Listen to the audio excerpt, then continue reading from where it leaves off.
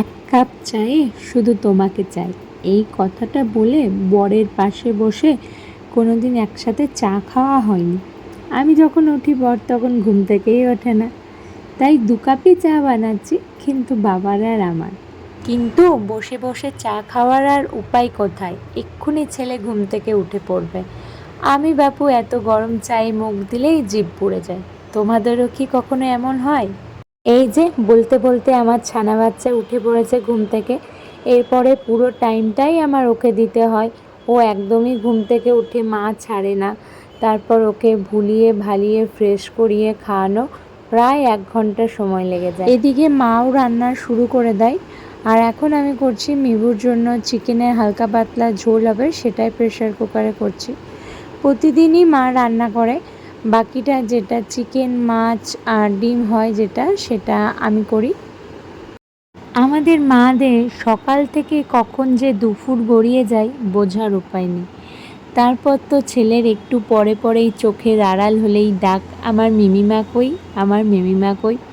আমার ওপর যদি পুরো রান্নার দায়িত্ব থাকতো তাহলে বোধহয় আমি শেষ করতে পারতাম না। সে যাই হোক, ইন্ট্রোটাই দেয়া হয়নি। হে এভরিওয়ান, আমি মিমি। চলো আজ তোমাদের একটা রেসিপি শেয়ার করব। বানাচ্ছি গলদা চিংড়ির একটা রেসিপি।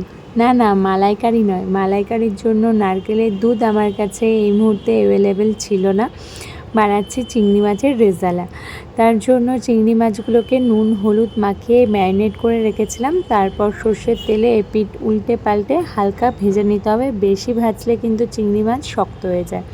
তারপর ওই তেলের মধ্যেই আমি একটু ঘি অ্যাড করব। তারপর ভালোভাবে গরম হয়ে গেলে দিয়ে দেবো গোটা গরম মশলা ফোড়ন, দারচিনি, লবঙ্গ, গোটা এলাচ আর একটা শুকনো লঙ্কা। আর এই পেস্টটা নিয়েছি আমি একটা বড় সাইজের পেঁয়াজ, একটা টমেটোর অর্ধেকটা টমেটো আর কয়েক কোয়া রসুন। এরপর কয়েক সেকেন্ড নেড়ে চেড়ে নেওয়ার পর দিয়ে দেবো 1/2 চামচ আদা বাটা। তারপর দিয়ে দেবো কাজু আর চারমগজের পেস্টটা। তারপর নেড়ে চেড়ে ভালো করে মিশিয়ে নিয়ে একটু কষাতে হবে, তেল ছাড়া পর্যন্ত কষাতে হবে। তারপর দিয়ে দেবো লঙ্কা বাটা। আচ্ছা, তোমরা বলো তো, তোমাদের গলদা চিংড়ির কোন রেসিপিটা ভাতের সাথে খেতে সবথেকে বেশি ভালো লাগে? আমাকে কমেন্টে জানিও। ভালো করে মশলাটা কষিয়ে নিয়ে দিয়ে দিলাম দুধ। তোমরা এখানে টেট্রা প্যাকেট দুধও ব্যবহার করতে পারো, আমি গরুর দুধ ব্যবহার করেছি। তারপরে গ্যাসের ফ্লেমটাকে লো করে কিন্তু দুধটা দেবে। তারপরে চিংড়ি মাছগুলো দিয়ে দিলাম। ভালো করে ফুটে এলে নুন মিষ্টির স্বাদটা দেখে নিয়ে একটু গরম মশলা গুঁড়ো ছড়িয়ে গরম গরম সার্ভ করো। খেতে দারুণ হয়েছিল। রান্না করতে করতে ব্রেকফাস্টটা সেরে নিলাম। দেখি ম্যাঙ্গোও খুব লাফাচাপা করছে, ওর খিদে পেয়েছে, তাই ওকে দিলাম দই জল। যাব স্নান করতে, তার আগে একটু ফেস প্যাক লাগিয়েছিলাম। ম্যাঙ্গোকে ভয় দেখাতে গিয়ে দেখি আমার মুখ চেটে খেতে আসছে। কি বলি বলো। হয়ে গেছে স্নান, জামা কাপড়গুলো এবার মেলে ফেলি। আজকে খুব রোদ দিয়েছে। এই যেই মা স্নান করে বেরিয়েছে মায়ের পেছন পেছন, ও কিন্তু ম্যাঙ্গোকে ডিস্টার্ব করছে। আর ম্যাঙ্গো বেচারা দাদার ভয়ে একদম ততস্থ অবস্থা।